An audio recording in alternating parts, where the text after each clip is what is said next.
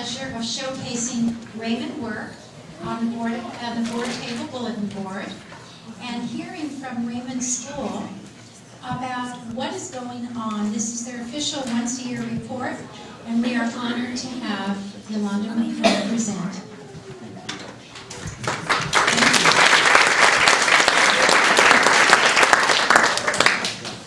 Dear Board of Trustees, Superintendent Hovey, and Executive Cabinet, it is my pleasure to introduce this evening our wonderful Raymond School. I am a proud principal of Raymond, and Raymond is a Project Create school where we keep a strong focus on academic learning and on an integration of creativity and the arts. At this time, I would like to introduce Raymond students. If you're a Raymond student and you're sitting, would you stand? Yes.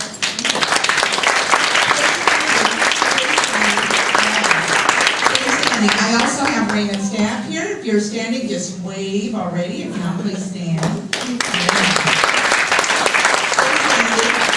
have our Raymond families and community members. Would you stand as well?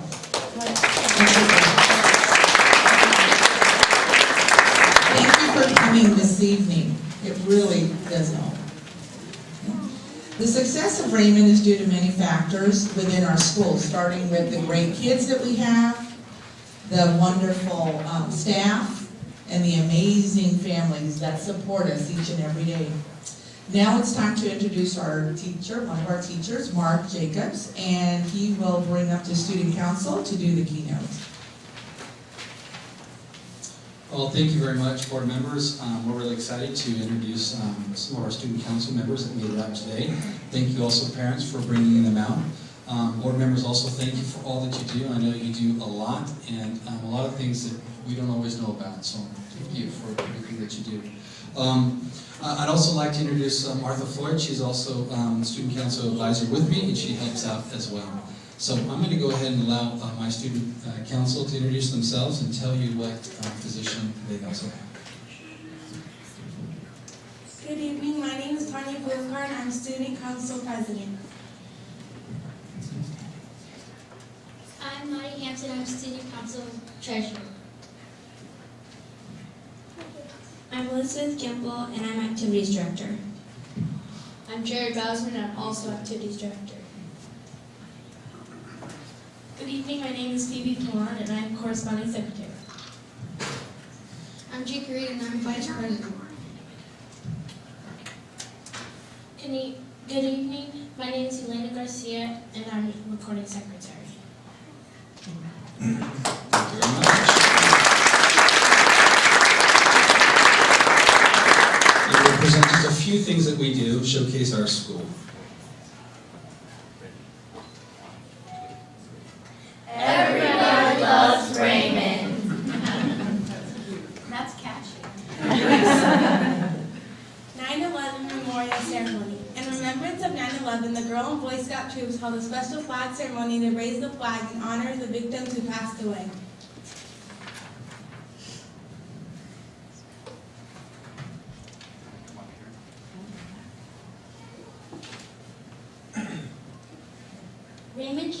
Raymond kindergarten, their hands dirty in our garden.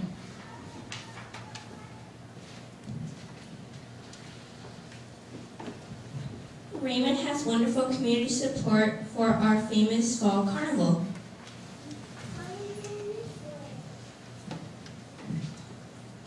Everyone has fun at the fall carnival.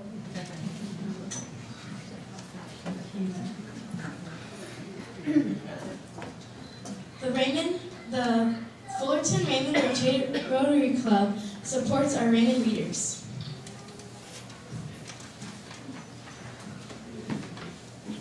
Raymond celebrated Read Across America on Friday, March 6th. The students had a week of events surrounding different Dr. Seuss books and ended the week with Pajama Day.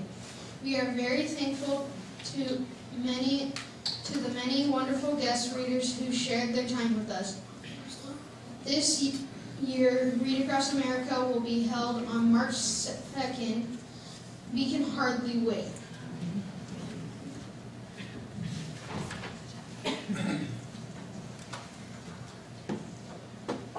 authors T. Raymond writers share their wonderful writing.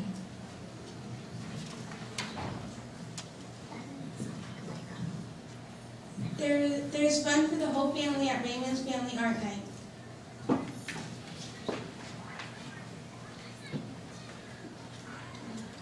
All the arts help students learn and create. Little student accomplishments. These students represented Raymond at the district spelling bee. 4th grade, Sean Neal. 5th grade, Madeline Berkey. And 6th grade, Andrew Vasquez. Sean Neal came in 2nd place and Madeline Berkey was 1st among the district's 5th grade. Stephanie Rodriguez will proudly represent Raymond School for the Adventures in Science program for girls. Ben Lopez proudly represented Raymond School for the Adventures in Science program for boys.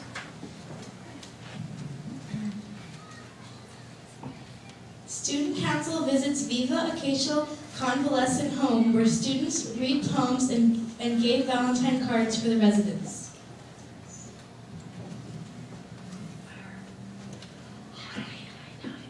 Student Council sponsors a box top contest. In total, this contest raised over $990 for our school. Good job, raccoons.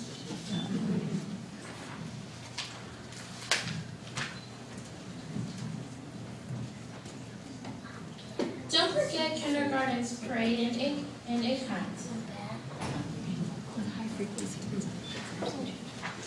6th grade science camp is coming soon too. Will there be snow this year?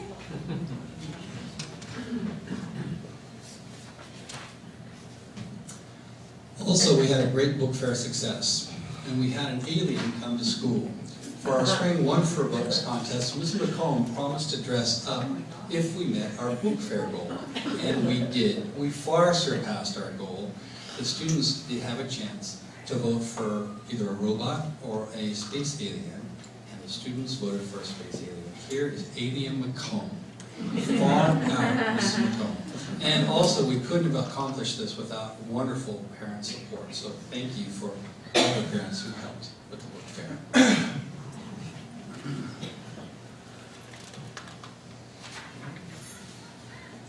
Raymond gets results, and we're still growing strong. Thank you very much.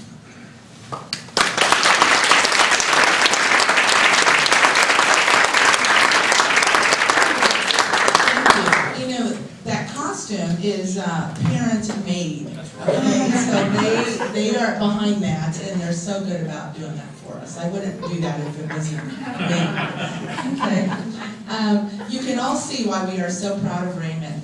This is a great place to be for all of us. I want to thank the students and the staff who submitted all the artwork that we have. Project Create, there are samples of Project Create self-portraits made by the students on either end, and those are fabulous as well. And I wanted to end with a little story that one of my kindergartners wrote that's up there, right after Loves and right before Raymond. And it's a story from a little kindergartner named Olivia. Love is, okay? Love is when people like each other, not the love you have when you get married. The kind when you have friends. Love is friends, and when you really love to play with somebody, that's what love is, by Olivia. Wouldn't life be so wonderful? So, this evening, thank you, and have a great meeting.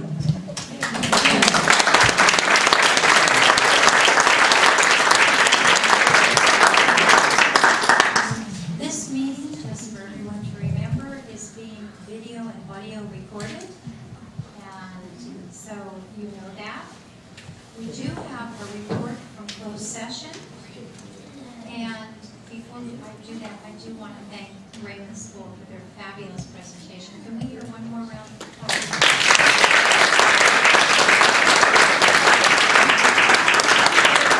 Your student officers are articulate and well-spoken. It was a pleasure. Thank you. Thank you. We have, on this date, February 7th, 2012, the board reviewed a request for stipulated expulsion concerning student case 1112-1. We will now take that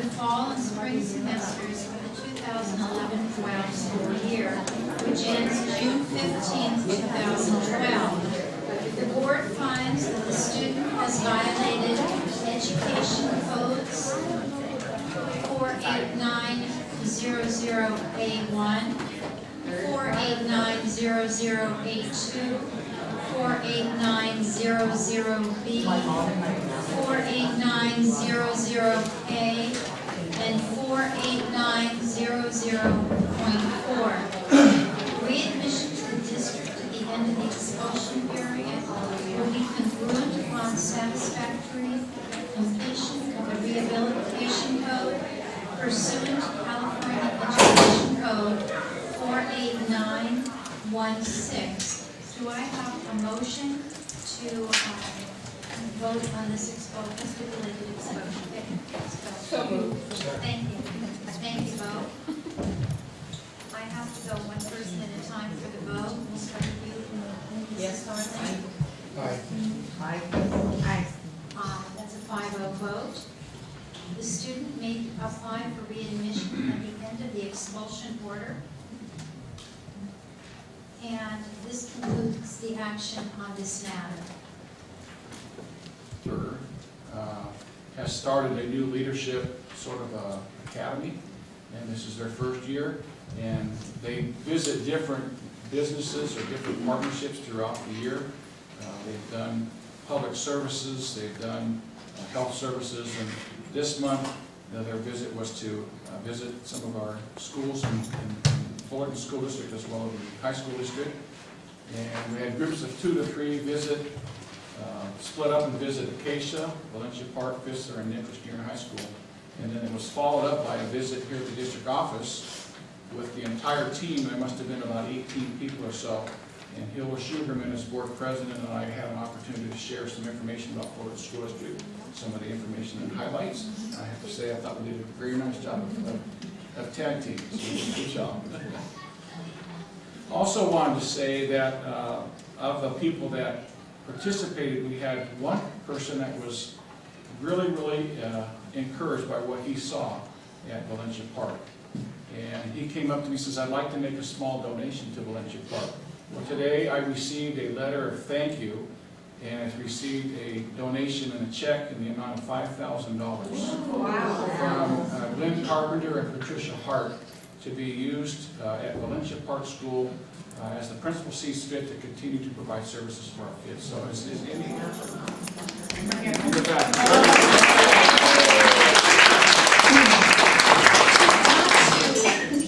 To stop you, but I do want to make a comment. When community people and people from other places come to see our schools, they are always so impressed that they don't look like what they saw when they were children. And it is not infrequent that in some way they give to our district. And so I truly appreciate all of you principals opening your doors and your staff for allowing people to come and see the wonderful things happening here in the Fullerton School District. Well, I am extremely proud of the schools and the many things we're doing, but these kinds of things where our public gets a chance to come and visit our schools. And I've said all along, come visit our schools. Take the time to visit our schools and see the great things we're doing. And this is just one example.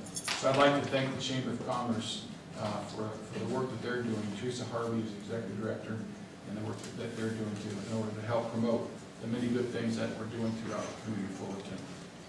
Another reminder, transitional kindergarten, parent information meeting, just as a reminder, February the 9th at 6:30 p.m. at Pack Drive. Janet Moyer, our assistant soup, and her staff will be leading the discussion about that.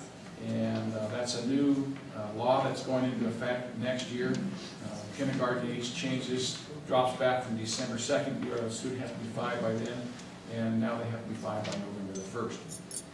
And each year for the next several years, it drops back from November the 1st, from next year, and then the following year goes back to October the 1st, and then the year after that goes back to September the 1st. So we have a current law in place that we're to provide it, but as of yet, we're still waiting to see if they're going to fund that current law. But at any rate, we're moving forward, and we're planning to get the information out and to move forward until we hear differently with regard to funding. I'd like to report on also, we will have a special board meeting on Thursday, February 16th with open session at 5:30. Our budget, the results of our budget advisory committee and the work that they've been doing under the guidance and leadership of Susan Hume. In her first year, she's doing a great job. And we have that team coming. We have parents, we've got members of our associations and staff will be coming to do a little report. And then after that, the board will be going into closed session. And above and beyond award, I know this is a new award under the direction of Mark and his staff. We're really looking to highlight some of the great things that are going on in our community, whether it be staff, whether it be community members. So Hilda Sugarman is our board president, has volunteered to be a part of our review committee. So we thank you, Hilda. It will be an online application process, and this will be an opportunity again for staff and community members to nominate people that have really made a contribution to our district and are making a difference for our kids. When will it start? The application's actually online now.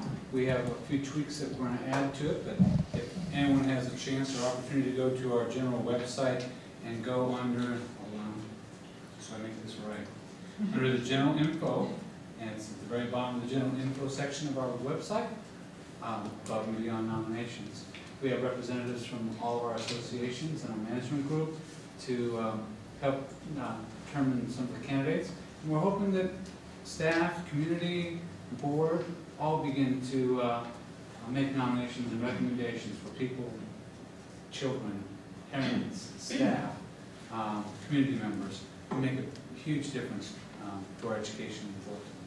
May I suggest that for the first month, we run it also through that where people can go to fill out the form down the left side of our front page, so that it will be noticed when people go to our website. We also had talked about having a Connect Ed phone message go out to community and et cetera, also to make them aware.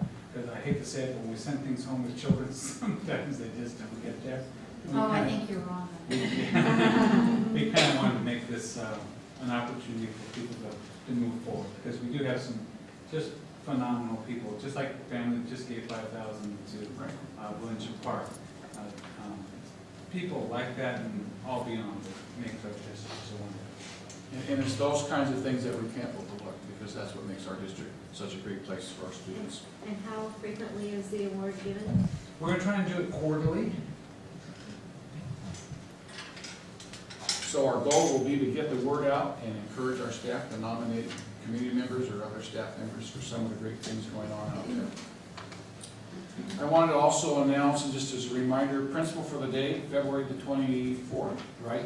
I think we've got most of our schools filled, but if we've got any members in the community that are really want to be principal for a day, have always had that urge to go be principal, here's your opportunity. It'll be starting about 8 o'clock or so. They'll start the school day with the principal and have an opportunity to walk in the shoes and follow the lifestyle of the principal for the morning. And then that afternoon, we give them opportunity to come back here, have lunch with us, and to report back some of the great experiences they have had. And I've always had very good feedback from that. This is just another way to involve the community in our schools. And lastly, I wanted to give a report back to the board as a result of our January 17th board meeting follow-up. That was the issue of the videotaping of public meetings versus the student projects and activities. Remember, we had a discussion that we posted on the Fullerton School District website, and the need that came up for the posting of the closed captions.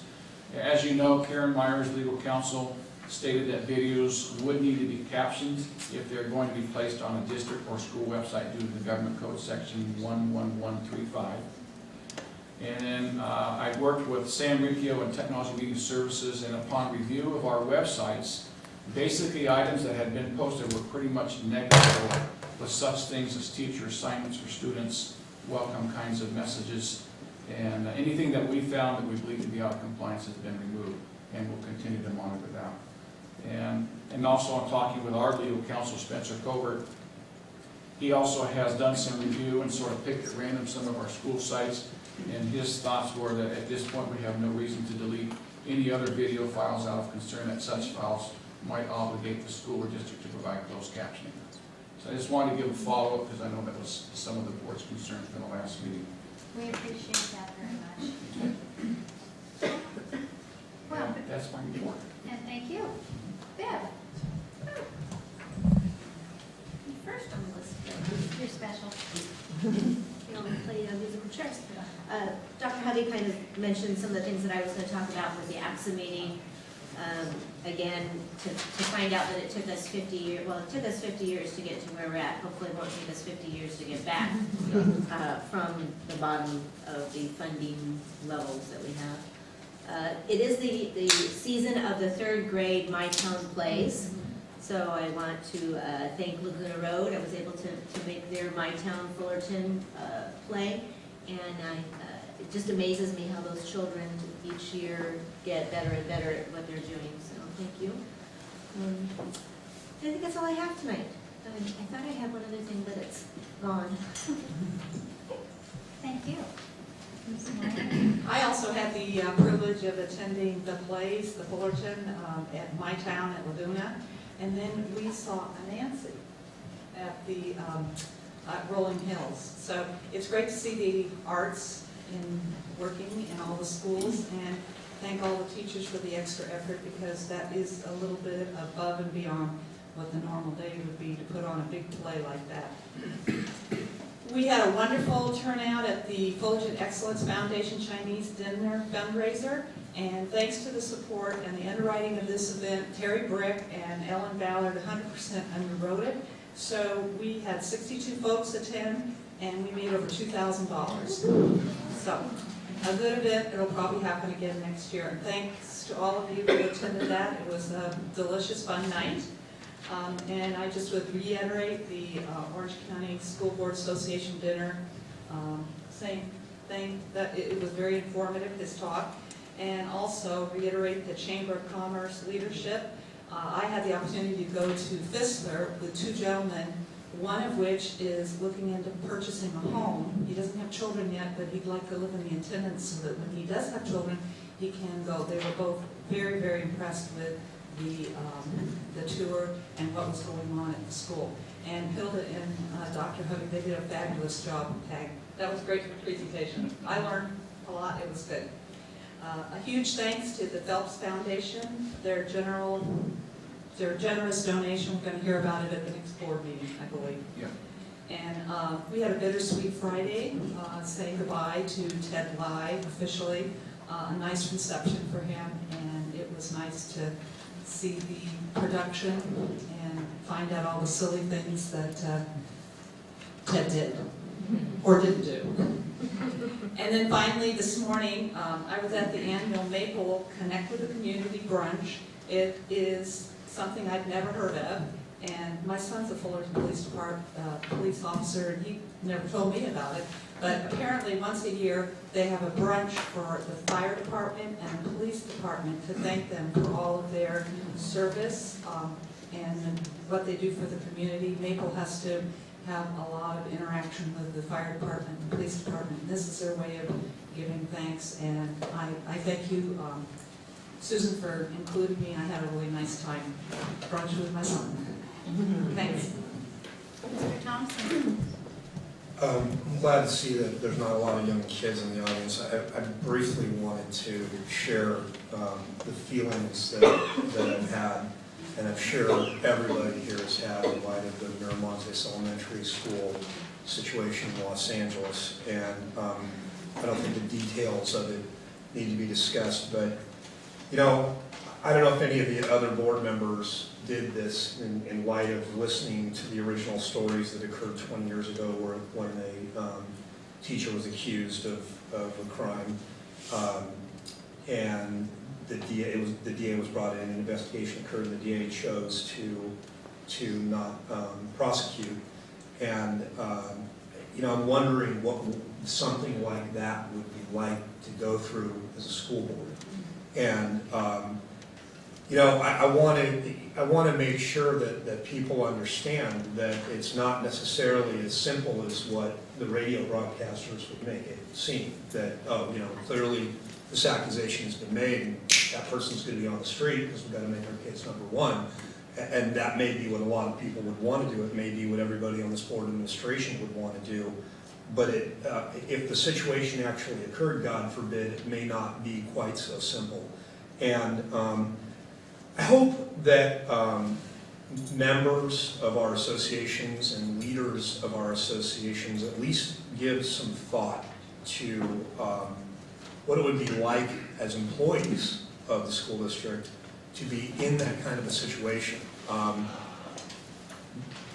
Obviously, of paramount importance is the safety of kids and the security of kids, but the reputation of the school, the reputation of all the members of a given school district, and these are reasons why I am constantly talking about the egregious layers, the onerous layers of due process that occur when employees do the wrong thing.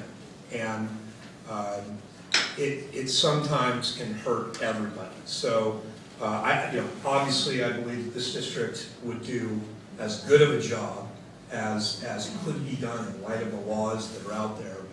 But some of the laws that are out there, quite frankly, suck with respect to being able to do something about this. And gut isn't enough. And maybe we should think about that sometimes we might want to advocate for legislation and legislators that might want to give school boards and local representatives more latitude in solving problems like this. I just wanted to touch upon it because I think, I can't imagine everybody at this table hasn't been thinking about it this week. That's all I've got. You know, Mr. Thompson, we had a representative this afternoon, you don't know, at our first part of our board meeting, a representative from Mr. Norby's office came to speak to the board. Perhaps a letter to that office to ask for support would be something that the board should take up, and if we all agree, do that, and maybe we'll put that on the agenda in the future to see if the board agrees. Sure. And what would the topic be? The topic would be latitude for the board to take drastic action in case of drastic situations, right? Yeah. For children's safety and security is a concern. Yeah. Mrs. Stanley? On a lighter note, let's bring it back around. I was impressed by a little small token of dedication to our school that I read about in your report about Patty's Cakes. I just thought we should acknowledge her simple little gesture of taking cupcakes, because she's quite the baker. If you've never had a cake, a little plug for her. But for the homeless kids, packaging up little 4 packs of cupcakes for them to take home on their birthday. And you know, what a special treat for a child that maybe isn't getting something that somebody thought of them. I just wanted to give a shout out and kudos to her for that dedication to our kids.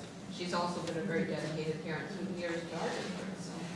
So on a lighter note. Made my wedding cake. Yes. She's a great one. Thank you. It seems strange to be talking about the end of the school year as this is only February, but there are all sorts of things out there that are coming out. Addressing this month, there are 2 special events I want to highlight that are coming up next week. And the dates don't coincide with an opportunity for board members to attend. But at Parks Junior High on September 16th will be their student talent show. Oh, February 16th, sorry. February 16th will be their student talent show. And if you've never seen the talent at that school, this is an awesome opportunity. I've seen ballerinas there, violinists, cellists. It is just really a lovely phenomenon, and I recommend it. And if you have little children interested in airplanes, on February 16th at Ladera Vista Junior High, 6 o'clock, will be their paper airplane contest. What a special fun event.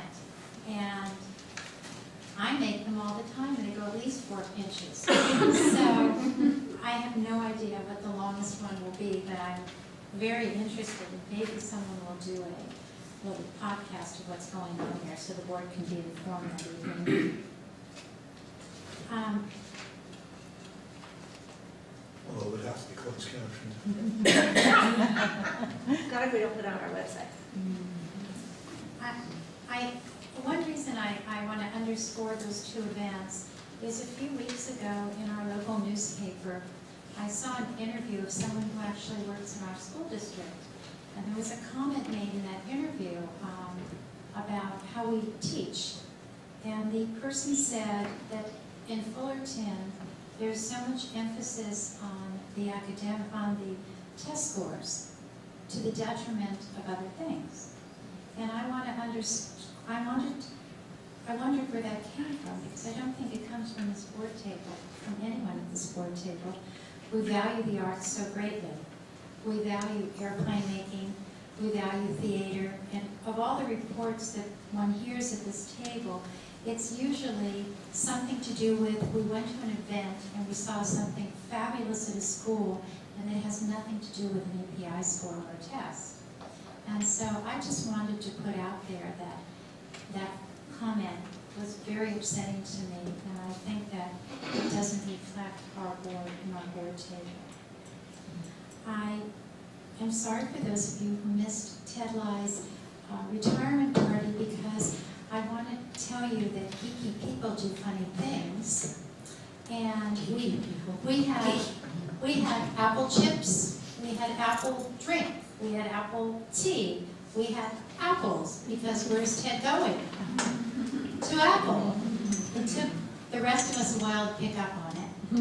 There were Photoshop pictures of Ted with funny hairdos and funny looks and funny everything. Yeah, meat on his car. And they were so well done, you wondered, when did he wear his hair that way? The shaved hair was especially good. Yes? Most of it was not Photoshop, that was his real hair.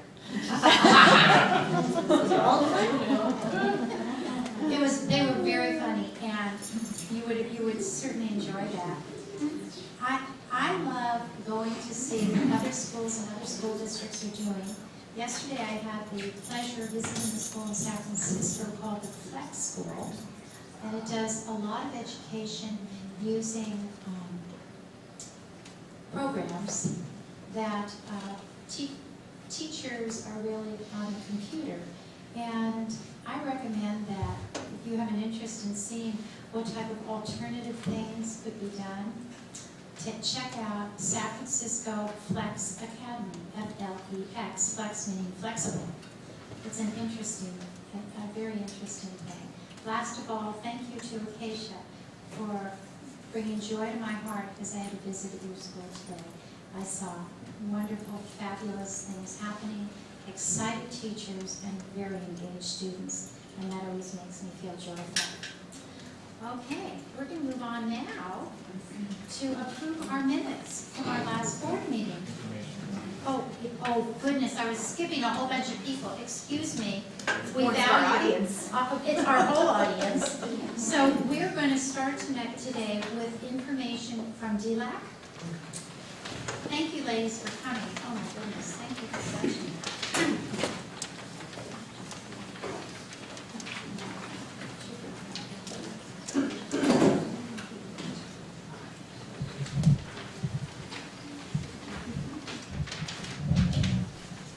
Good evening, Dr. Harvey. Good evening, President Sugarman. Good evening, Cabinet and School Board. And of course, good evening, dear Principal and dear teachers. Our last DLAC meeting was held on Friday, January 20th at Richmond School. And we would like to thank Dr. Harvey for taking his time and his schedule to come to our meeting. Thank you so much. It means a lot for us as the parents to see that the district are concerned about the parents. Mr. Bridge from Child Welfare and Attendance discussed open enrollment, and he gave us a lot of good information about the open enrollment and when is the deadline and what we should need if we want to transfer our kids. We also learned about the different school awards, Mrs. Grimm from Richmond, whose school won the Golden Bell Award, discussed how Richmond School qualified and then received this award. Congratulations for Richmond School. Mrs. Mercedo from Mabel School discussed Title I Achieving School Awards and how Mabel qualified and received this award. Only 2 schools, Mabel and Raymond, have ever received this in Fullerton. Congratulations and good job. Hi, good night. Dr. Whitman from Acacia and Mrs. Lay from Fishler both spoke about the distinguished school award. And how are you nominated for that? This year, Acacia, Fishler, and Laguna Road have all been nominated.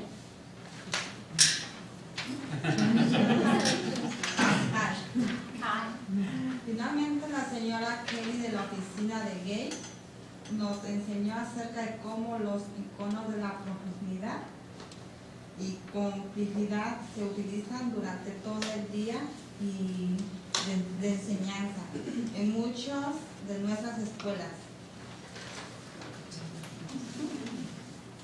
Thank you so much for the appearance. You did good job, guys. Very nice. We would like to invite you, all of you to our next DELAG meeting. It will be on Friday, March 23rd, and it will be at Pacific Drive, and the meeting will be from 9 till 11 a.m. The topic will be nutrition. Thank you so much for your time. Thank you. Is that March 23rd or March 25th? March 23rd, please. Fifth. From the 3rd. No, the 3rd is a Wednesday. 25th. 25th? Are we okay? All right, the 23rd? Yeah. They have Friday. The Friday after. Yeah, it's the 23rd. Yeah. 23rd? Yes, it's Friday, March 23rd. Yes. Okay, so it will be Friday, March 23rd, 2-3 at Pacific Drive from 9 to 11. Thank you so much.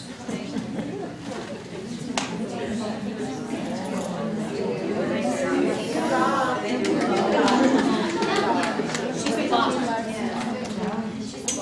Isn't it nice to see the development of DELAG over the last couple of years? And Ms. Brandon, thank you for your help in making that happen. My pleasure. PTA, we're glad to see you this evening. Thank you. Good evening, everyone. Well, it's that time again, it's election time. For all of our units, their units should be forming their nominating committee for the next school year. They have been given a policy and procedure and a script on how to make their motions. Administrator dinner is March 22nd at the Turner Bros in Newport Beach. This dinner is a wonderful dinner for the presidents and principals to attend together. Also, Reflections Gallery and Reception is Saturday, February 11th at the Orange County Department of Ed. This is an open house event to recognize students who entries advance to the 4th District PTA office. If you've never been, it's a wonderful event. We are also having Sacramento Safari coming up in March 26th and 27th. We have a candidate, Vivian Marino, going for our council as our delegate. I can't wait to hear what's going on in Sacramento besides no money. May 9th to May 11th May 12th is our PTA convention. I'm strongly suggesting to our units that they go to convention this year due to the fact that the 4th District is hosting it and it's at the Anaheim Convention Center. We are also giving out 10 scholarships of $500 this year, and if you have 100% of credentialed teachers at your school site that become a member of PTA, your unit will receive a free registration. So it is feasible that our units can go. They also have all kinds of meetings and workshops, both in English and in Spanish. Also on the 10th, we will be having our 4th District dinner at the Anaheim Hilton in Anaheim. I've strongly suggested that our units go to that if they're not going to the convention, because it's a wonderful dinner, and I'm on the convention committee, and I'm on the 4th District dinner is my part, and the theme is pretty fun. It's PTA power. So that's all I have tonight, and thank you, and have a great rest of the week.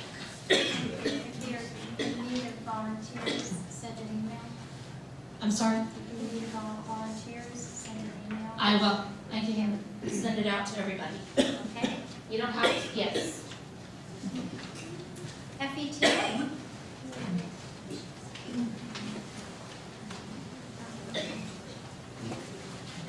Notice how loyal she is to Park. See the color of her jacket?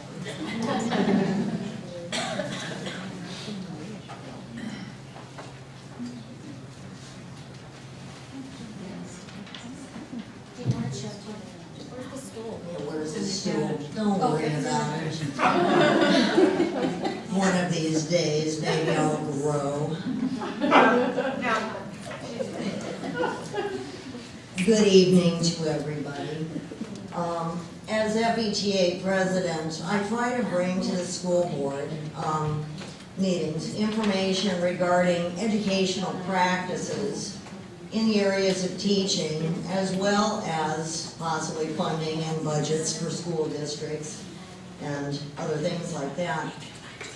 This report that I have for this evening is taken from an article about the United States form of education and the Chinese, and how each of these nations' students could suffer as a result of changes in academic emphasis.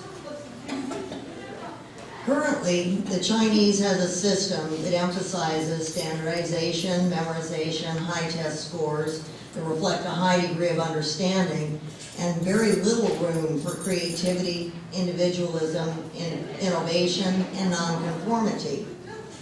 The last 4 areas are measures in which the United States education system has always excelled. China is now finding that their system lacks these areas of freedom, and students basically need an environment in which they can flourish, and students need to be encouraged to think outside of the box and have an opportunity to code outside of the lines. In the United States, we are very good at providing environments where students' inherent and perhaps uncultivated creative and inventive skills can flourish. People who excel in the United States education system are comfortable with nonconformity. They reject the limitations of the status quo and take risks. These are areas that are difficult to measure, but the loss of them would be devastating for the United States' future. Where the United States once encouraged the free thinker, now the wrong answer is corrected by a government-dictated knowledge base. Enrichment for its own sake is non-utilitarian and stands in the way of information for the tests, the answers to which are soon forgotten because they were only memorized and likely not actually understood.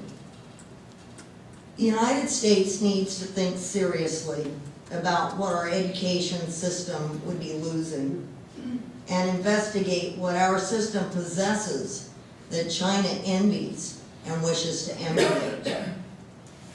In the meantime, I'd also like to highlight a couple of differences between Chinese educators and ours. I really enjoyed this one.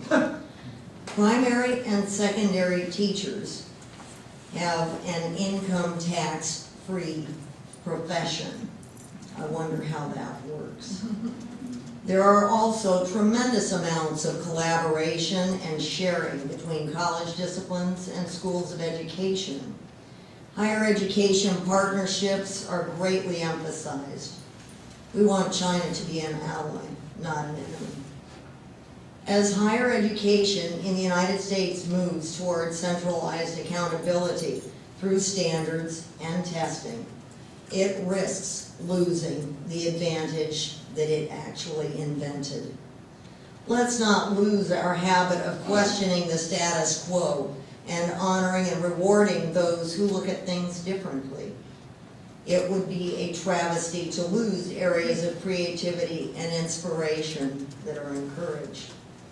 It would be a very sad day indeed to find those who color outside of the lines are no longer welcome. I'm happy to say that Fullerton has always been one of those districts where the arts and creativity abound, and our students are so very fortunate, and a tremendous amount of thanks needs to be given to the guidance and vision of a board that emphasizes those kinds of activities. Thank you.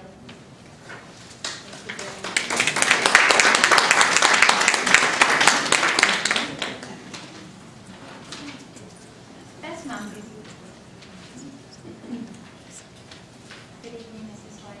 Good evening to all of you. And I would like to say too that I also enjoyed the dinner at the AXA event. And you've already kind of reported what I was going to say, so I don't need to say that again. But I think that standing together for the public education and really doing what you all do is excellent. And pretty soon we'll have an AXA group. Bob and Paula are going to Sacramento, and they'll be going to Ledge Action Day. So we can send our messages there, and we do encourage everyone to contact your legislators and really try to make a difference. The parents, some of the parents that spoke tonight here from DLAC are asking for information to send letters to help promote what they need, and I told them, write in Spanish, that's okay too, they'll get someone to translate. So we do have those events coming up pretty soon, and then the next one is in March for our Every Student Succeeding. We'll get to go and honor our little student at a breakfast. So that's all I have for tonight, but thank you. I would like to ask permission from the board to move 2F up at this point. Janet.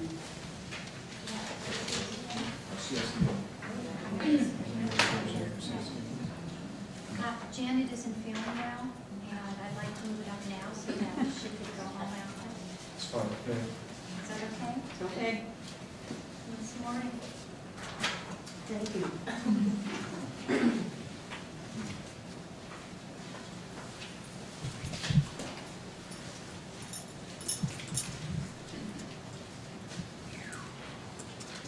I'm actually feeling okay, it's just this little cough thing. We are asking the board to approve item 2F to allow the school district to expand our bandwidth. At this point, we have outgrown our infrastructure, and we have a need for speed. And I asked, bandwidth speed, of course. I've asked Sam Riccio to please give some further detail on how and why this came about.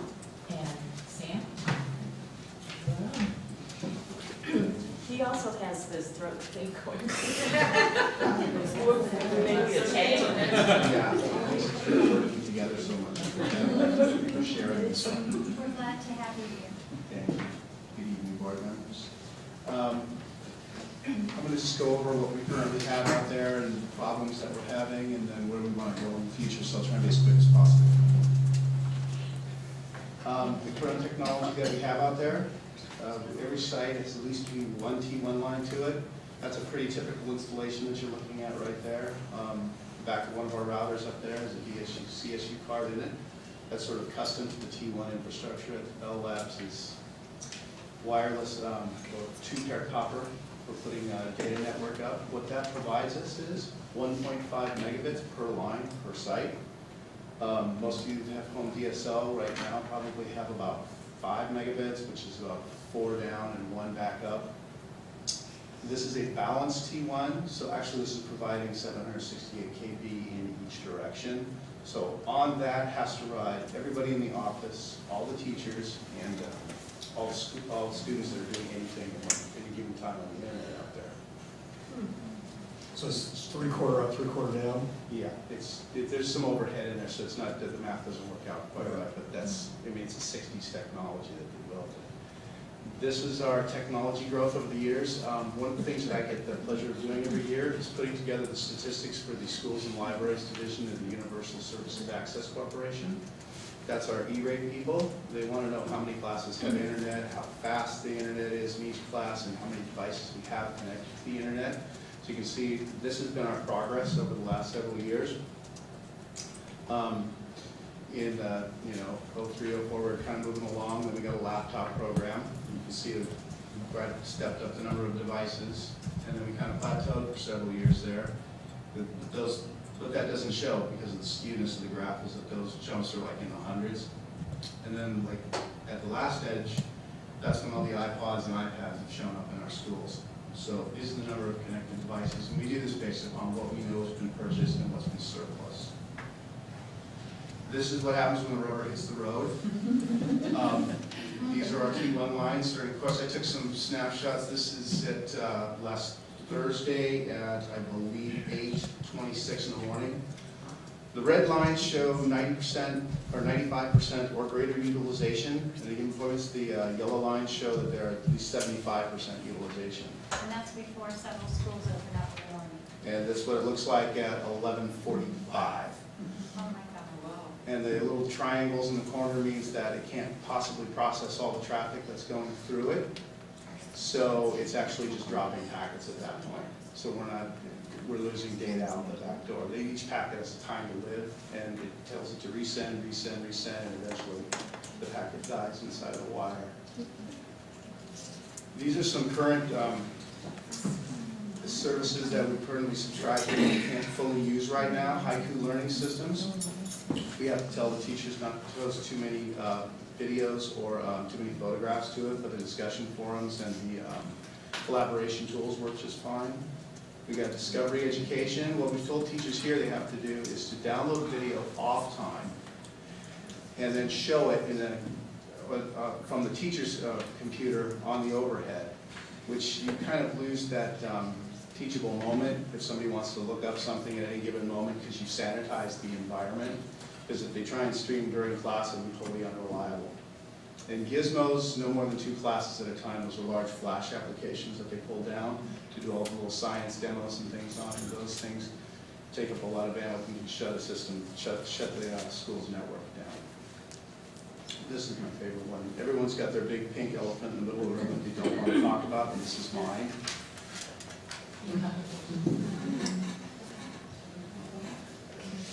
Lost my transition. I get at least 1 to 2 judicious emails a month from a teacher in the district that says, you realize that this is for education and there's no reason the Fullerton School District should be blocking this. Yes, that's true. However, if I open that up, I'm going to have an office clerk at the end of the day that's going to be ready to pull their hair out. Because? Because they're unable to get anything done. They're going to be hitting the submit button on a student record, and I'm just going to watch the thing spin. So what we did was, we have light at the end of the tunnel here. Following state procurement laws and E-rate funding rules, we went out and we asked the local telecom providers to provide us with quotes to put in fiber to all of our schools. And we picked a number, 45 megabits is the minimum bid. Why 45 megabits? Well, we felt that would allow 2 classrooms of students to stream simultaneously without any trouble. It would support the existing infrastructure that we have out there for all the sites that we have. And if another school wanted to start a technology program of some kind, it wouldn't fall flat on its face due to lack of bandwidth. So a lot of sites quoted gigabit lines to every site, but we couldn't prove that we needed it. So we scaled that back a little bit. So these are the basic advantages to any of this, more educational content for our students. Because YouTube's provided thousands and thousands of hours of educational content that's free for anybody to download, along with iTunes U and some of the other ones. Increased staff productivity. People that I feel most sorry for on the planet are office clerks. I think they're kind of the unsung heroes. We're implementing CalPAS right now. And we're asking them to do more data input than ever before and be more accurate with it than ever before. And for them to be sitting there waiting for screens to update, I think is a shame. So I feel very bad for them, and I'd love to see them be able to do their jobs faster. And it positions us better for the future. What that means is T1 technology requires that we have a certain amount of equipment that supports it. Right now, I spend thousands of dollars a year on maintenance agreements for 4-hour response times on replacement. Because if we lose the equipment, we're dead in the water. Basically, the entire district's network is down. So I get to get rid of all of that equipment. The handoff for this is flat, straight out of the box Ethernet. They come in, they hand it to me, and I could go to Fry's and pick up equipment on this if I had to in a rush. Also, if the district decided it wanted to go down the voice over IP option, this network could support it.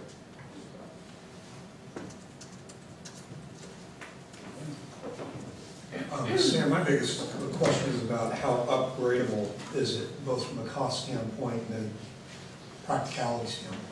Upgradable, these lines, the 45 megabit is a scaled back amount because we didn't want to pay for the extra bandwidth. There is some amortized construction costs in the first few years. We can upgrade these lines to a gig each. And just have to make a phone call. And do you guys have a rough idea of what that would cost to provide a gig each monthly? To provide a gig each, we did get quotes for that from other vendors. The overall cost after discounts and stuff is about $18,000 a month district-wide. With other vendors? With other vendors, yeah. Time Warner did not provide us with that. Do we know what percentage of the 3,500 the 1 gig is to the district office? Not that it would be relative, but... Oh, it roughly comes out to, I think we have 19 sites in the district office. We get a gig. They multiplex it for Which us. we got the equivalent of 10 schools at the office. Right, so they give us a gig here, and it's 45 to each site, and we can produce, So they didn't break it down for you, this is the percentage of the monthly bill that's attributable to the gig at the district office? No, they just gave us a flat rate across all of it. That's the way they quoted it. Now, I know when I've shopped for internet for businesses, I'm always, you always want there to be cable available. I've never been so fortunate as to have it. Is it your opinion that cable is likely to remain the most economical, fastest option for the foreseeable future? Fiber optic, yeah. Right now, I mean, we're running through, your other options are going to be copper. I don't know of another technology out there other than fiber optic, and this is multi-mode long-haul fiber. So, and like I said, they're pulling many strands in so they can get the schools up to a gig. And I have it in the contract already that it's not contractable. It doesn't change the contract. All we have to do is call and just pay for the extra bandwidth. It doesn't, there's no penalty to us. So we could call up and say, hey, double this school. Double that school, yeah. We can't lower for the first 5 years, but we can double. Yeah. Not doing this would be like not buying gasoline for our vehicles. This is no brainer. Thanks. I want to thank you for putting this in language that even us non-geeks can understand. Because I think that the audience understood what you said, and we're pleased with these huge percentages of rejections that you found in this bid. Great visual too, Sam. Oh, thank you. Straight line visual. I have a question that I forgot to ask earlier. I know the city had that MOU, right, that memorandum of understanding a couple of years back where they were going to increase the bandwidth, and we're asking both school districts to come on board with that. Whatever happened with that? I'm still on that city commission. It's called the Technology Working Group. We meet once a month, and I can pretty much guarantee you that it's dead right now. Okay. Funding. In fact, I just got an email today that they're not even going to fund the downtown wireless anymore. Because it costs $3. And I do have to say that I was at Acacia when we went through the chamber tours. I was with one of those groups, and I firsthand saw this because we were in a classroom and a student wanted to come up and show us something, and I think it was during those peak hours, and he could not pull up his presentation because he couldn't get on. So I completely agree that this is very worthwhile for our students. Thank you. Thank you. Do I have a motion? So moved. Do I have a second? Second. Any further discussion? All those in favor? Aye. All those opposed? That's a 5-0 vote, and thank you all for your time and your presentations. Go home, be well. Did I neglect to call CSEA? Was there a representative here that I missed? Do you want to make a report, Mr. No, I'm nothing to report. Okay, I didn't see you We back don't there. want to I leave you didn't out. want to leave you out. Thank you. Be sure to look at the district calendar. It's on our website, and you will know the plethora of things going on daily at our wonderful schools. I now am looking for an approval of minutes from the January 17th meeting. Move we approve. Second? Second. Any further discussion, any corrections? All those in favor? Aye. All those opposed? Thank you. Now we have the consent calendar. Is there anything someone would like me to pull for discussion? Seeing nothing, would anybody like to make a motion? I would make a motion that we approve the consent calendar. Second? I'll second that. Thank you. Any further discussion? All those in favor? Aye. All those opposed? Thank you. Our audience likes this. I'm now going to hold a public hearing. I now declare a public hearing at 7:12 to address the specific waiver renewal request for class size grades 1 through 3 and approve general waiver renewal request for class sizes grades 4 through 8. Do I have any comments being made, and would Mr. Douglas like to make any comments on this? This is an important opportunity for us to extend the waiver that we already have with the state, to give our district and our negotiation teams flexibility to look at other ways to get us through this financial crisis that we have with the state. And I look forward to having this opportunity for at least the next 2 years if we can with the state. It's currently in place now. It's currently in place, but we're looking for an extension of 2 years. Thank you. Does the board have any questions or comments? No.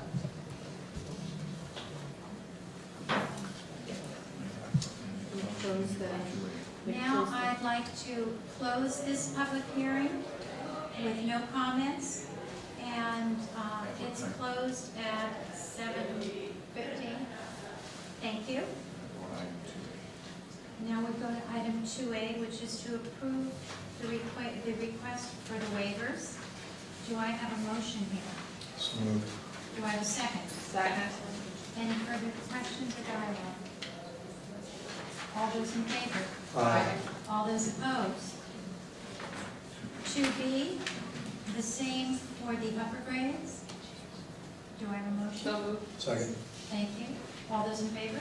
Aye. Opposed? 2C, we're looking at revised board policy 5111, which is admissions.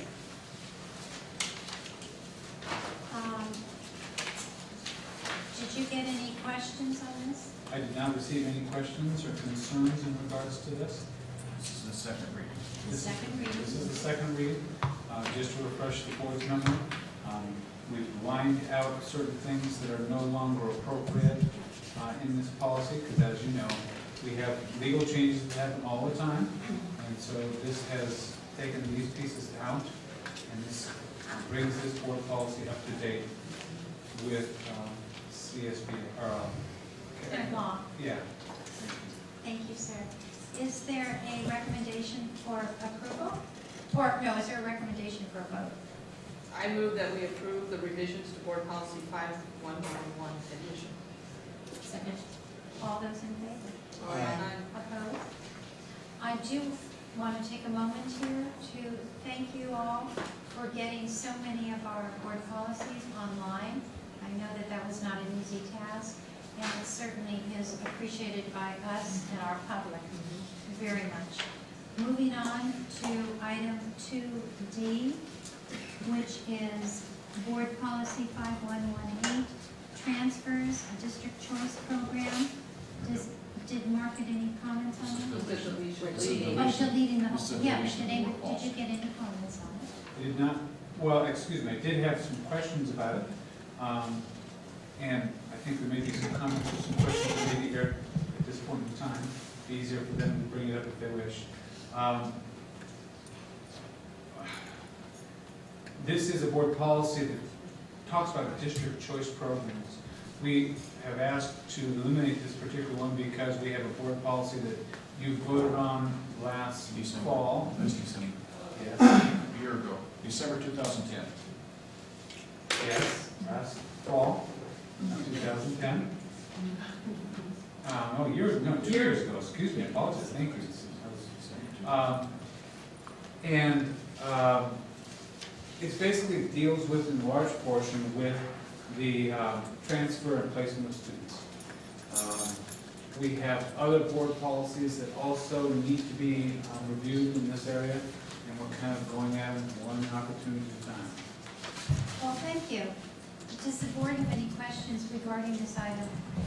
I think one of the comments that I was making is just that as you're going through the transfer policy and fine-tuning some of those things, I just had a concern looking at the administrative regulations, just making sure that we are hitting those schools of choice or the programs in there to make sure we're protecting those kids. And then looking at the order, the priority order of students and placements, I just had a couple of concerns about those. So when it comes time for that, I'm not sure this is the time, but just let, I can make I'll just make my opinions, my comments to you. I think what Mrs. Berriman is saying is when you get to the regs, we'd like to, on this particular issue, she would like it to be brought to the board to discuss the regs. Is that right?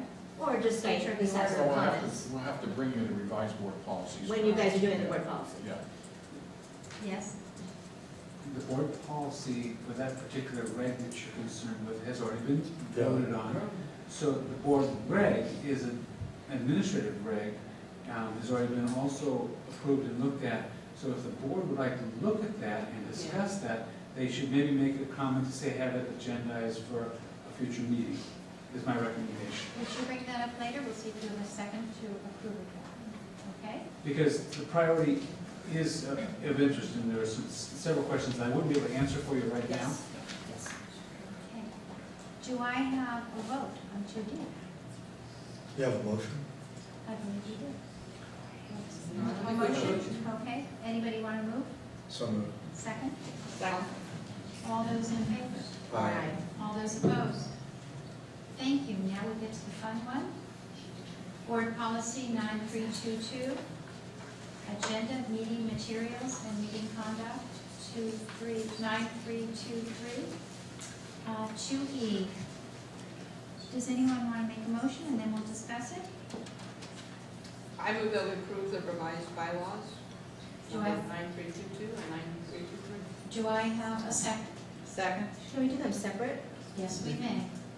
We Let's, have a motion and Modified. we have a motion and a second. would you accept that to be taken separately, since you made the motion? I'll move Mrs. to Garza? modify the motion to approve board bylaw 9322 first. Mrs. Moore, Go no. ahead. Meyer, Yes. would you accept that, that change? I will. All those in Second that favor? change. Whoa, we're discussing, right? Just No, discuss. we're just, except Modifying we're voting. Oh, to we're vote voting whether to change her To motion? modify. We We have a modification of Yes, the original. on I think, 9322. do that and then- Yes, all those in favor? Aye. Opposed? Okay, so we are now just discussing 9322, which is the agenda meeting materials. Okay, guys, does the board like to comment? Anybody?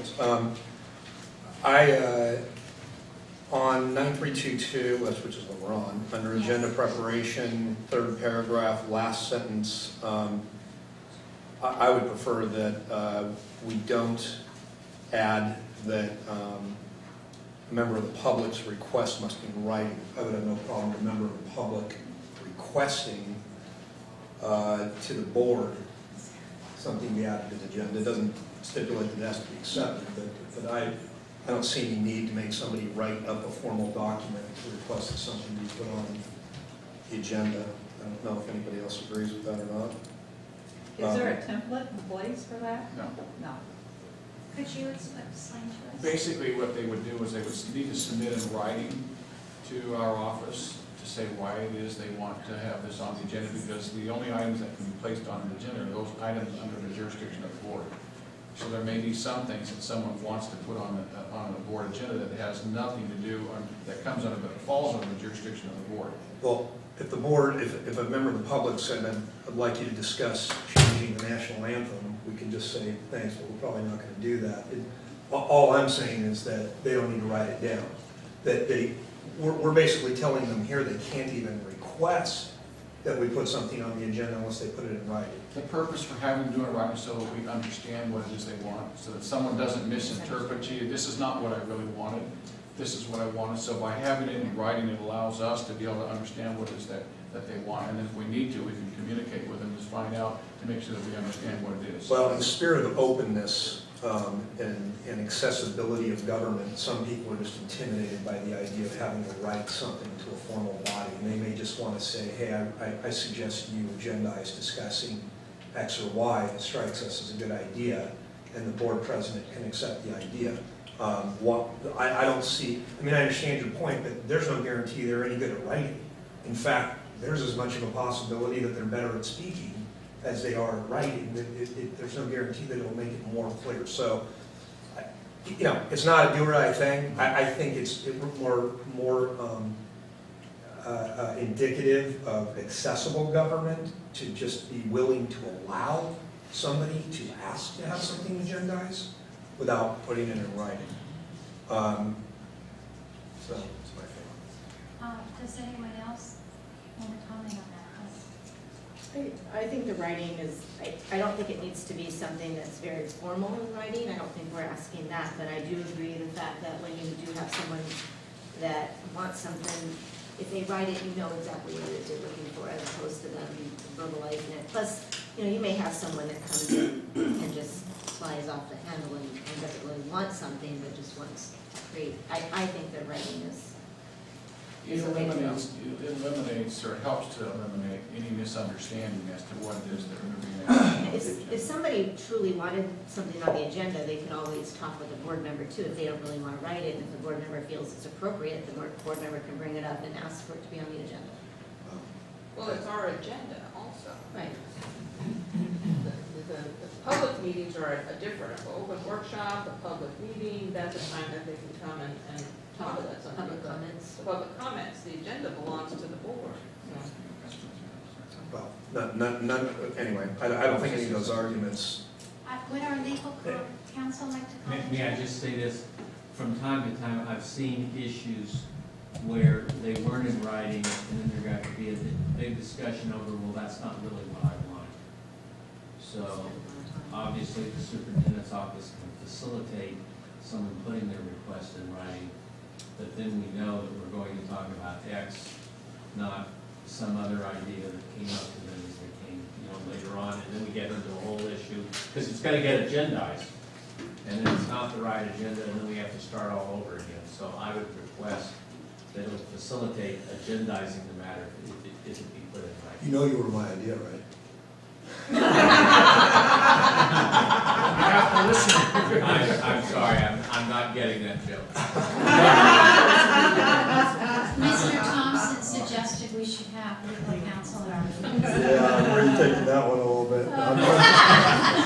Spencer, Anyway. are there other districts that have some kind of a form in place I that would don't be know. easier? I mean, that's easy enough for the superintendent's office to inquire. Seems like if somebody wanted, if you had a form, then someone might not be quite as intimidated to come up with something all on their Then own. we'd get an issue over the form. Well, that's And true. how the form looked and what it wanted.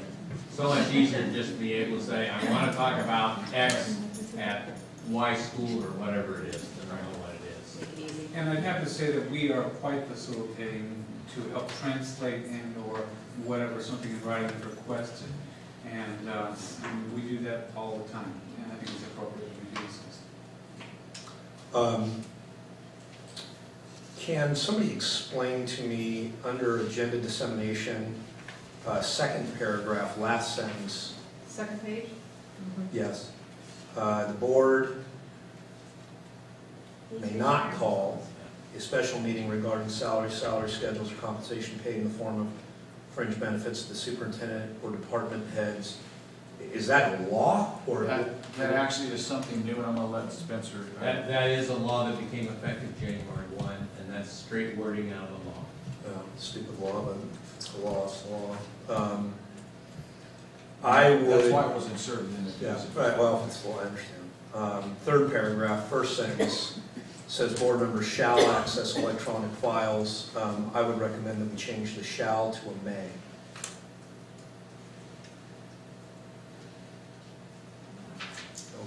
No feedback there. Those are my recommendations. I would agree with that. Shall, may. I would agree. May is permissive. Shall is more, you will do it. Like that one. Even if it says shall, that's not how I'm gonna do it, so. I would say, I would agree. I hem and haw over this one because I truly believe and I understand why we want to go electronic and we want to have everything here. But I do know as board members, we all study things differently. And if I am a board member who doesn't truly want to look at my computer and read through the entire board agenda, I would like to have something printed.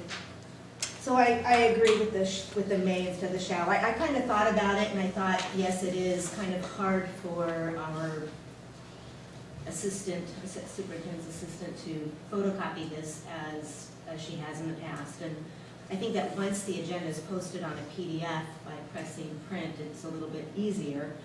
And if there is somebody that's accessing or would like, if I'm going away for the weekend and I know I'm not going to have internet access and I can't get to my agenda, I would want to be able to call and say, could I get a printed agenda before I go and come and pick it up? I would make arrangements to come pick it up. I wouldn't want someone to deliver it to me, but I would want the ability to do that. So by putting may in there, that gives me the ability to do that. I will tell you, to make myself, question my own comments last time. It was a fairly short package compared to some others. It took me, I measured it, it was like 7 or 8 minutes to, but it's faster to print it if you save it as a PDF. Save it as a PDF, file print, have a fairly fast laser printer. I went through it and stapled the packages together, which is essentially what I would have gotten. It took me 7 minutes after the PDF is created.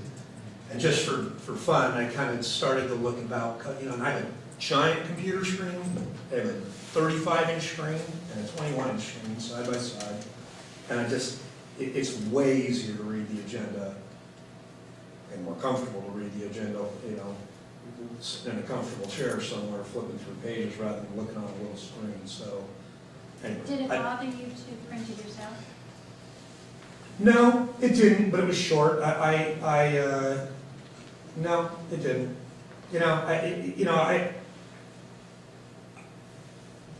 To me, the point is, we might elect somebody someday that's a brilliant person that just doesn't believe in it. It just doesn't have it. Maybe they believe in it, but they don't have it. But they have the option of printing it at home. No, not if they may not own a computer. They may not own a printer. Well, we have computers, that's the whole point of going electronic. But they may not have a printer. We don't provide laser printers. I just think that the district should provide its highest ranking elected officials a printed copy if that's what they wish. I don't want to, we drilled this into the ground last time, so I'm not. So let me have a vote on just this paragraph. May I have a motion on this paragraph? I would move that we keep it the way it is, because I think that's the direction that the district's going, technology, and we need to get behind it. And if we want to print it, I print out stuff, because I feel the same way you do. I like to read some of it, but I don't want to read every single purchase order we've had for Fritos and whatever. It's unbelievable that we would not give a printed agenda. I'm looking to see if I have a I'll second. second Tammy's motion. Okay. So Now, leave it as it is, just that. no, we're going to take a vote. We have a vote. No, but I mean, you're only talking about this one paragraph. This one paragraph. No, well, all she's referring to is this This is paragraph. one paragraph. That's all We're we're not voting on approving right the now. policy. Okay. All those in favor? Aye. Aye. All those opposed? No. 3-2. We'll leave it as shall. Now let's move on for our entire 9322. Do I have a motion to accept 9322? I move that we accept, I did already, didn't I? Yeah. Sure. Yeah, that's I already have a move discussed, second. so we just need to. Okay. Are there any other suggestions for corrections on this? All those in favor? Aye. Aye. Aye. All those opposed? No. No. Okay, 3-2. Moving on to board policy 9323, which is board conduct, meeting conduct, not board conduct, meeting conduct. And I think that incorporates this idea. Right. No, that's this. Yes, 9322. 9323. No, that's this, but I mean, Yeah, this is yeah. part of what came out of it from our meeting. This is a reflection of our meeting. And there was one suggestion made on that third paragraph, which says the board believes, that late night, you can see that part there.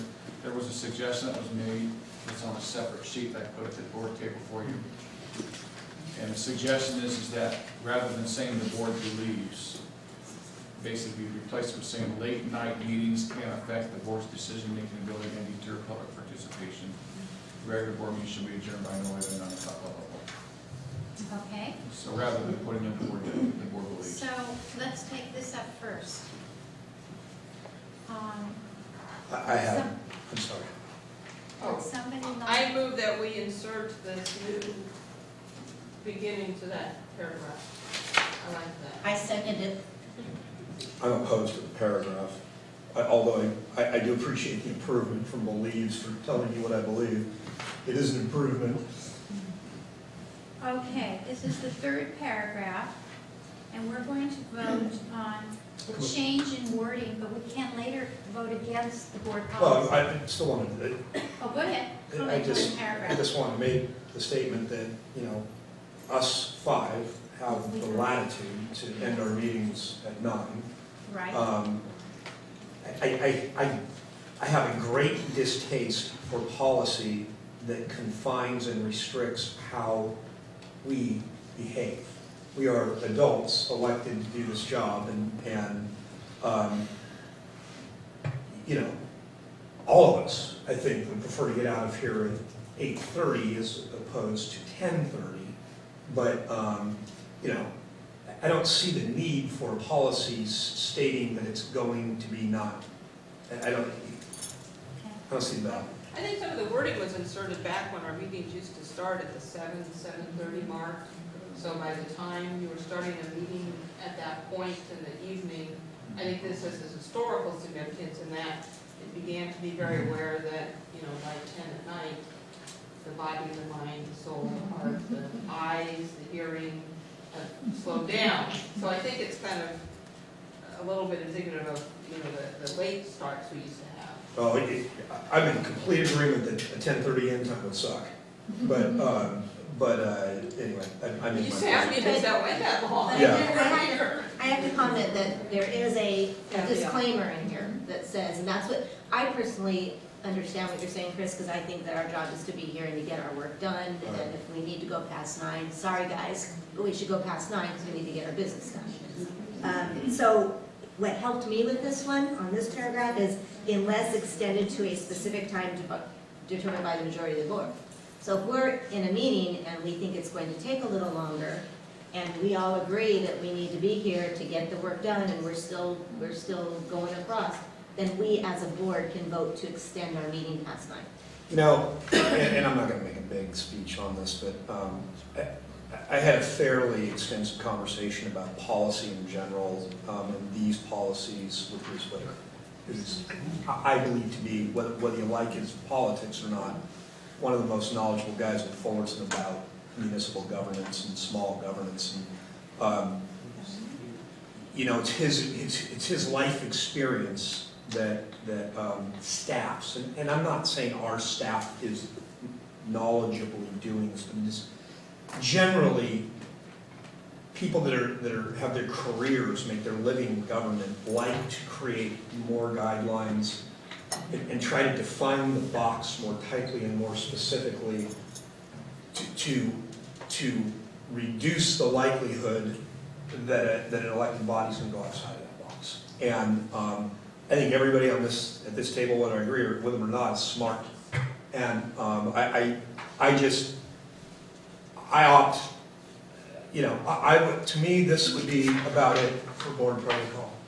You know, we're going to attempt to follow this, and that's about all we need. And we schedule meetings and we run the meetings, and I doubt they'd be much different than creating all of these policies that we have to follow. So, you know what? I tend to agree with you. I'll tell you what the difference is. I have sat at this board table where issues have come up where people line the walls to speak, and it's 1 o'clock in the morning and we haven't gotten past public comments. And when someone is speaking and you don't have a policy to refer to, and you finally say, I'll take 3 more people and then I'm cutting off this debate, you anger the public a great deal. And the bottom line is, you don't want to anger them, but it reaches a point that you are not their best advocate. And when there is something in place, and I don't care if it says 9 o'clock, 9:30, 10 o'clock, it doesn't bother me, but when you have something in place and you can look at them and you can say, we're going to extend this, okay, board, we extend it an hour, and you extend it from 9 to 10, but you have a finite resolution here, and then you look and say, we have a policy in place because we want to do the best possible job, then people don't get as upset.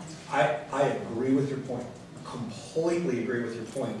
We already have a policy that does that, and which would go to my point about layers and building a box. I believe, if I'm not mistaken, we have a policy that limits the number of speakers and the maximum time on an issue. So this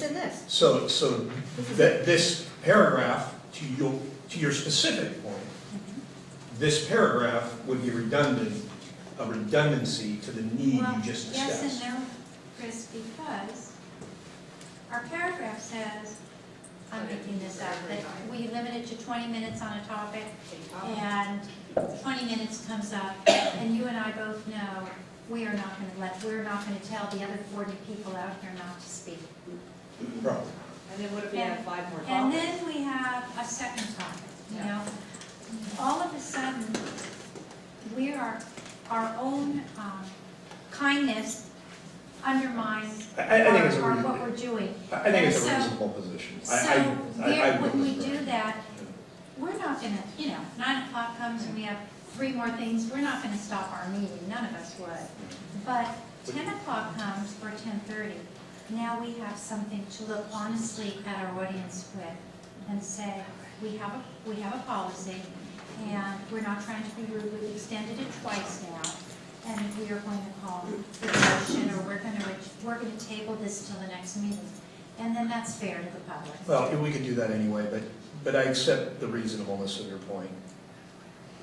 So are we voting on I have a... Are we voting on the 3rd paragraph first? That's the motion Yes, I made to that's the motion. take And I the seconded. new wording. Yes, so regardless of whether let's just take that paragraph in isolation, okay? And then, if you don't want the paragraph at all, that would make another motion. Fair enough? Well, I'll probably vote to accept the change, even though I probably will vote against the policy, because I got to, maybe I can come out with a win here. Okay, Even though I doubt it. here we go. It's not about winning. Here we go. Winning is Yeah. whatever works best for the district. That's what winning is. That's winning. Yes, that's That's right. winning.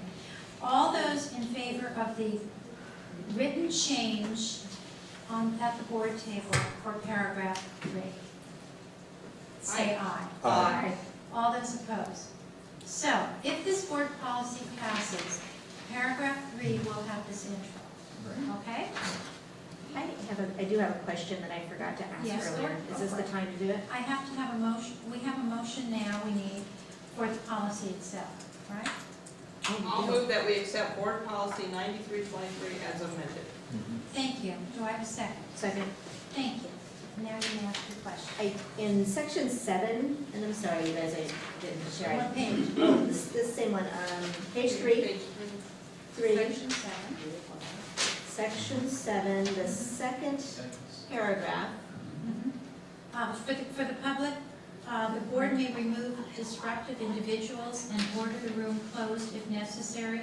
When such disruptive conduct occurs, the superintendent or designee may contact law enforcement. In this case, that's what the right place, right? Well, that's That's the second. That's item number 7 on page 3, right? Yeah. Right, that's Is what that you the one you're said? referring to? Members of the media Oh, there it not is. participating in the disturbance shall be allowed to remain, and individuals not participating in such disturbances may be allowed to remain at the discretion of the board. Okay, we can stop there. Okay. My question is why are we singling out the media? That's what the statute actually says. It's a freedom of speech, you gotta let the media stay. Oh, yeah, but why aren't we just saying people not participating in the disturbance, media or not media? That's Well, it does say basically that. paraphrasing the statute, so. Okay. Well, we could change that by changing shall to may. The board president may. Oh, I don't, just. I'm okay with them throwing everybody out, I just was wondering. No, I'm just saying, you're, The media has the right to say even if you throw. but Bev's point is, why do we have to throw people out that aren't causing a disturbance? Well, we don't, it says we don't have It to. says that. It says that. Actually, it says shall not, they may, Yeah, they may. not. I was just wondering why we were singling out the media as That's opposed, the law. because they're just Because part that's of part of everything. your government code. Okay, thank you, that's, Is there I any knew it would be other- an easy question. That's a good question. Are there any other questions? I would, on the first paragraph, under, second page, first paragraph, last sentence, board, after the comma, the board president shall, that's the third page? On top of page 3. Oh, it's double-sided, I hate double-sided pages. Number 6. It's the completion of number 6. Page 3 of 5. It's the completion of number 6. Yeah, when, The board right. president shall not When prohibit. a complaint is expressed regarding an employee, the board president will encourage the complainant to file a complaint. Again, To follow the No, to district's follow the complaint. district's complaint procedure. Yeah, again, I find it a silly phrase, because if it's not a big deal, why do, Hilda might just say, well, thank you for your comments. Or if it's a ridiculous complaint, or a silly complaint. Except And it's she's not silly necessarily. to them. Well, look, you have the latitude to recommend that they file a complaint or file the district's But what complaint. if I think that it's frivolous, and I don't say that, and they don't file, whereas somebody else would have thought it was very serious? I don't want to have policy that demands that you do this. I would rather respect your intelligence and the fact that people have elected you and let you handle it. This is just will encourage. Yeah, it doesn't. No, but it's will encourage. She may not want to encourage. It's not a big. May encourage? I would get rid of it. I actually wrote may encourage. That's, may encourage is Hey, better. is this anything to do with the law? It's a government code. It is, although may encourage would satisfy the purpose just as well. Okay, do you want to make a motion? I would move that we change, I'd move that we change that to may. I'll second that. Okay. Good. I All give those you a in win? favor? Aye. Okay, 5-0, we got it. That was your zero sum. Now I don't know if I can vote no, because that's, That's your zero sum. I'm gonna have to see what that feels like. I get chills. We have a motion in front of us. All those in favor? Aye. The whole board All those policy? opposed? Aye. Okay, good No. enough. How about no? So, 4-1. 4-1 on an approval of board bylaw 9323, is that correct? Yes. It's 10. Now, we've already done 2F. You have a question for a future agenda. Well, I don't know if it was I guess. I don't know if it's a future agenda item or not. What I was concerned about is I wanted you to take a look at the transfer policy as it is and look at the priority of students when they're picking, or not picking, when they're accepting them at schools. Because in looking at the priority, I'm concerned on a couple of the, just where they fall. If you're not moving to agendize readdressing that policy, or is it a policy or is it? No, it's a Regulation. Regulation. And I don't know if that's within, okay, I am making it. I second it. Frankly, I think it's something that every sitting board should take responsibility for, because I've gotten more questions on that than probably anything else. Okay, we have 2 votes. We're on it. Thank you both. So what is the, Review the regulation for the potential of changing it. which regulation are you The talking regulation that lists the priority, transfer priorities. It's Intra-district. It's the 5116.1. Intra-district transfer policy. That we have. Regulation. Now, let me just make it clear to you, Yeah, sure. that's the policy as it is now that we are going to have to use for open enrollment, because that's open enrollment's been posted, okay? And it's been changed over the years a number of times by this board. Yes, so, But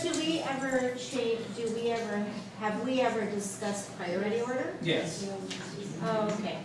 Some of it's set by ed code, Okay. and other pieces are at the discretion of administrators.